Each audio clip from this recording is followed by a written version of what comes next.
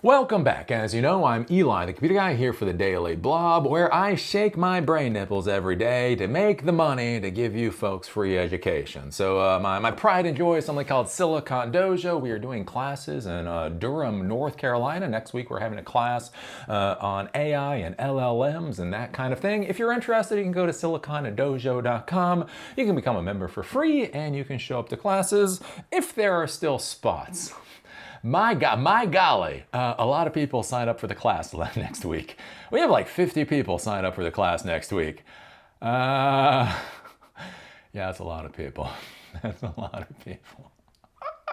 We're going to see how that one goes. We're going to see how this goes. But anyways, you know, one of the things I've talked about with society is that when you do not focus on the basic concepts and basic structures in society, that many times, basically, you just get bat crap, insane outcomes. And one of the reasons that we need building codes, and one of the reasons that we need to clean up the environmental conditions for where many people live, is that when people that are part of the labor movement move into apartments and they start eating the lead chips, then we're going to have really stupid shit coming out of the labor movement. Now, to be clear here, when I talk about the labor movement, I truly believe the labor movement are the men and women that actually sacrificed and died for the freedoms in our country in the United States.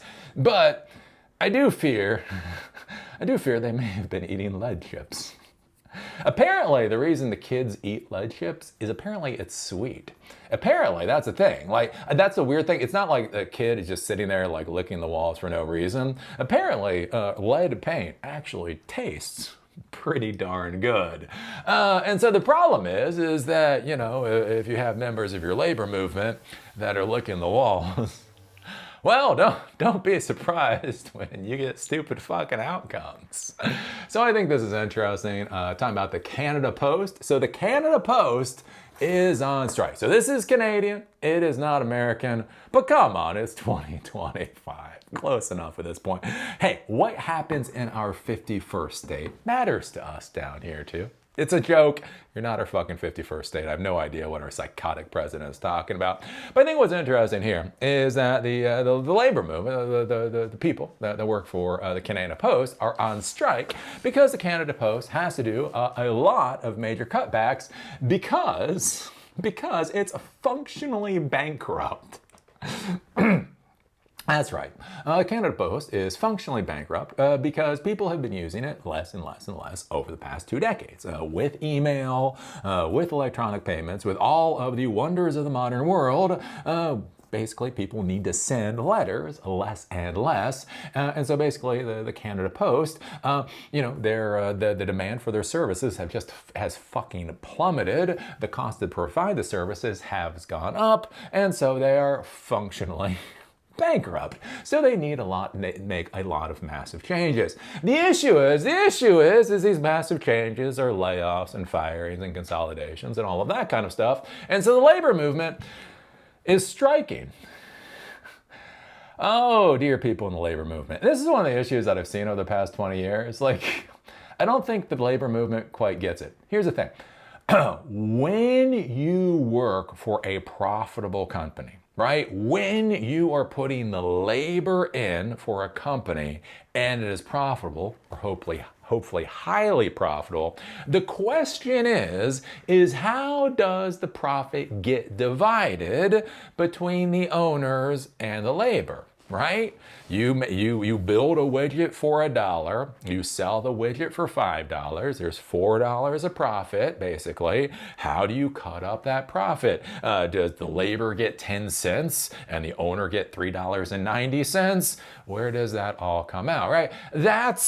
That is what's supposed to happen. Where I freak out with the modern labor movement is just so bat crap fucking stupid, right? It's not that the labor movement concept is bad, it's just these fuckers are dumb, right? And what we've seen is like here in the United States, where we have startup companies. We have startup companies that are getting venture capital investment. No fucking profit. barely any revenue, but they're getting investment money. And you have these dumb shits create unions in companies that are literally living off of investment money so that the employees can get a bigger chunk of the investor's cash. So if I'm an investor and I'm going to put $1 million on the table, it's like, okay, so what is this $1 million going to go for? Oh, this $1 million is going to go for an ad campaign so that we can increase the number of customers that are buying our product. Oh, okay, that makes sense. Oh, that $1 million, that is going to go to buy equipment for our factory so that we can improve efficiency or be able to offer products or services we weren't able to offer before. Oh, okay, that makes sense. Oh, this is going to go to hire so many more people so you can build widgets. Oh, that makes sense, right? Here's the dumbass unions. Okay, so if I put if I invest $1 million in your company, what am I gonna get for that $1 million? Like, oh, well, we're gonna get better health care. Oh, we're gonna get bonuses. Oh yeah, we're gonna increase our vacation days. It's like, yeah, but how is that going to produce any more widgets? Oh, it's not going to help produce any more widgets, but I'm going to make more money. Okay, I'm just going to take this $1 million and buy equity somewhere else because that's what's happening. Anyways, we've seen that there. We've seen the unions with failing companies. Unionization of failing company. It just brings a smile to my face. It's like, wow. That is so dumb. Anyways, and so I think that's an interesting thing to be thinking about, like with the Canada Post currently being on strike, is you have a company that is functionally bankrupt, and it's functionally bankrupt because the world has moved on. Right? Now, sometimes, and I don't want to be too harsh with the labor movement, right? Sometimes you got to eat lead paint, apparently. Anyway, don't want to be too harsh with the labor movement. Like sometimes, like maybe it makes sense, like with things like leveraged buyouts, right? If a company was profitable and was successful, but investors come in, basically use the assets of the company as collateral to get debt to buy the company, and then because of the debt load is too high, and that's basically tanking the company, right? The company should have been successful, but somebody specifically came in and did some stupid shit, right? That actually does make sense. Or the company had been propped up for some reason. Again, imagine a company that had like national security concerns, right? But I think a lot of the times with a lot of these companies, right, the world has changed. The world has moved on, right? I'm a kid from the 1970s. I remember when mail mattered. I remember when I would get letters in the mail, and I remember when my mother would look at me very sternly and tell me I needed to write a letter to somebody. When was the last time that happened? I don't fucking know, right?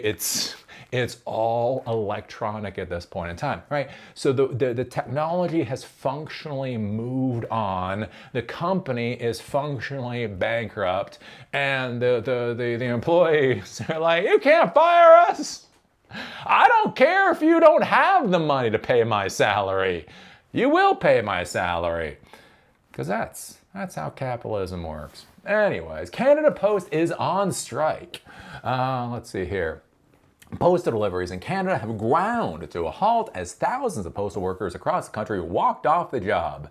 Nothing helps functional bankruptcy like all of your employees stopping to provide services. The nationwide strike comes after the Canadian government authorized widespread reforms to Canada Post that would shut some post offices and end door-to-door delivery. The Canadian Postal Service, like the UK's Royal Mail and the United States Postal Service, has seen precipitous declines in letter mail delivery over the past decades and subsequent financial shortfalls. The strike by the Postal Workers Union also comes amid an ongoing dispute over pay and benefits that resulted in a weeks-long walkout late last year. Prime Minister Mark Carney has said, quote, significant changes are necessary at Canada Post to make it viable. So basically, you have a business that is literally not viable. Postal workers walked off the job to protest what the union describes as, quote, huge service cutbacks announced by the federal government, saying they could result in major job losses. Yes. Oh my God, do you think this will mean people will get fired? Yes. When you're not earning enough money to pay employees their salaries, something's gotta fucking happen. Anyways, the strike was launched just hours after the federal government announced it was authorizing significant changes at Canada Post, which is a crown corporation, a government-owned organization that operates at arm's length from the state and is structured like a private firm. The new measures include ending door-to-door mail delivery to about 4 million homes, where they will be replaced by alternatives like community mailboxes, allowing non-urgent letter mail to be moved by ground instead of air, and reducing the number of delivery days, shuttering some post offices that were in areas once rural, and giving the service more flexibility to raise prices, which all sounds utterly reasonable in 2025. Right? Some would be phased out in the course of almost a decade, and so you've got 10 years to do the phasing out. The Postal Workers Union, CUPW, called the announcement, quote, a direct assault on our public post office, the public's right to participate in political process, and good unionized jobs across the country. If the organization you work for is functionally bankrupt, they can't pay for your good unionized jobs. Canada Post, meanwhile, warned the strike, quote, will further deteriorate Canada's Post financial situation. This comes on the heels of a strike by postal workers last November over pay and working conditions. The sweeping measure to stabilize the postal service announced by Ottawa follow years of financial losses sustained by Canada Post, which faces reduced demand and fierce competition from private parcel delivery services. A review of the situation at Canada Post commissioned by Ottawa in 2024 found that the postal service is, quote, facing an existential crisis and is effectively insolvent or bankrupt. So it's facing an existential crisis, it's effectively insolvent or bankrupt, and the unionized employees don't want anybody to be fired. Okay, I know you're bankrupt, but that doesn't mean you're going to close down post offices or fire employees now, are you? Its three primary revenue streams, letter mail, direct marketing mail, and parcel mail, are all in decline, either through lack of demand or through stiff competition from other courier services. 20 years ago, Canada Post delivered 5.5 billion letters. By 2023, that number had dropped to 2.2 billion.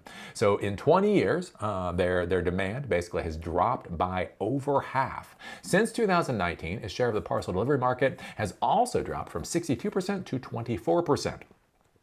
Canada Post lost Canadian $1 billion last year and is on track to lose Canadian $1.5 billion this year, according to Federal Procurement Minister Joel Lightbound. In the second quarter of this year, it lost $407 million. In January, Ottawa loaned the corporation $1 billion to help it continue operating. And so, yeah, there you go. There you go. The Canadian postal workers are striking their company that is functionally bankrupt. Welcome to 2025. I'll be vaguely curious to see how this goes. Again, to be clear, this is Canada. It's Canada. It is a different country, but many of their systems are very similar to ours. A lot of things they go through are similar to what we go through down here in the United States. And I think this is going to be an interesting thing. It's kind of like the whole canary in the coal mine, right? As the economy falls apart, right? As the economy falls apart, and you have employees who have no concept of how capitalism works. Like, that's like the worst part here. The worst part about all of this is so many people just simply don't understand they don't grasp our system. I think it comes from basically public school. Like, think about this. Think about how weird this is, right? In public school, we take our youngest students, right, from when you're 6 years old all the way up until you're 8 years old. So in your formative years, we take these people and we put all of these kids into a system where their authority figures basically are paid in a way that has nothing to do with the economic system that these kids are expected to go into, right? If you look at the teachers and the teachers' unions and that whole disaster, right? How teachers get paid and how damn near everybody else in the country gets paid are two entirely different things. So what happens when you have all these students that have been trained by people that basically are outside of the economic model, and they go out in the world and they expect the world to act however they want it to act, right? I think what's going to become very interesting here is as the economies start falling apart, right? We are seeing the stress fractures in the economies already. To be clear, a lot from our fucking president. It's our fault. I mean, a lot of this is our fault. But anyways, right?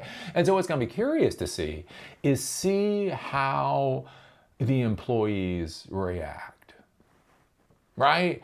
Do the employees react by doubling down? Do the employees react by offering to cut their own pay? Hey, if we cut our own pay by 10%, can we not fire as many people? Will we see people go out and create their own startup companies or whatever else? Or are they going to attack the institutions, right? As the institutions falter, will the people that have been tasked with supporting those institutions end up burning the institutions to the ground? Right? I think this will be an interesting thing to take a look at, right? We see that with Hollywood, right? So Hollywood went through COVID, right? So Hollywood was going through boom times until COVID hit. COVID shut everything down. They finally come back from COVID, and then you have the Hollywood strikes, right? You had the you had the actors strike, you had the actors strike and the screenwriter strike. Like one was after the other. So after it was already so hard for Hollywood to come back, and then they have those major strikes, and now you have the Hollywood people. They're crying because they fucking destroy their industry, and most of us just don't give a crap anymore. I'll admit it. I plan to see Fantastic Four in the movie theater. Let me be crystal clear. I planned to go to the movie theater and see Fantastic Four. It looked like it was a pretty good movie, and I really planned to go. Then I didn't. I figure I'll watch Fantastic Four when I'm on the airplane sometime. That's how I saw the Thunderbolts. I was on the airplane, and I was like, oh, look, they've got Thunderbolts. I guess I'll watch this on the airplane. It's not a particularly good movie. Anyways, and that's what I find with Hollywood. Like, Hollywood is just like, who the fuck cares? Right? You have people protesting to get a bigger slice of the pie that is rotting on the table. And so, yeah, it'll be curious to see how this goes with many organizations and institutions as things start to get progressively worse. Because, right, it just is as it is, right? You just look at the numbers. Look at the numbers, look at the metrics. This is a crap show. Anyways, so what do you think about this? What do you think about the Canada Post going on strike? What do you think about an institution that is functionally bankrupt and the labor movement in that institution is protesting so people don't get fired? Do you understand how that math works? Is there like some Canadian math out there? Like, oh, Eli, you don't understand. We've come up with Canadian quantum math where an organization can pay employees more than the organization actually gets in revenue. Do you have some like Canadian quantum math out there? I don't know. Put your thoughts down below. What do you think about it? Like, what do you think the insanity is going to be as the wheels come off this shit show? I don't know. If you like these videos, give us a thumbs up. If you hate these videos, give us a thumbs down. Call me amazing, call me a moron, call me an amazing moron. Just be a real Lutnick and do it down there in the comment section. Do remember SiliconDojo.com exists. We're having a class next week. Hopefully 50 people don't actually show up to the class. I'm really hoping they don't. 30 people would be nice. Oh, I really should have been better with the limiting number of people coming. But anyway, so we're going to be having classes again in Durham, North Carolina. We're having our first next week. Hopefully be having sessions once to twice per month going forward. So you can go to SiliconDojo.com if you're interested in that. And with that, see y'all later.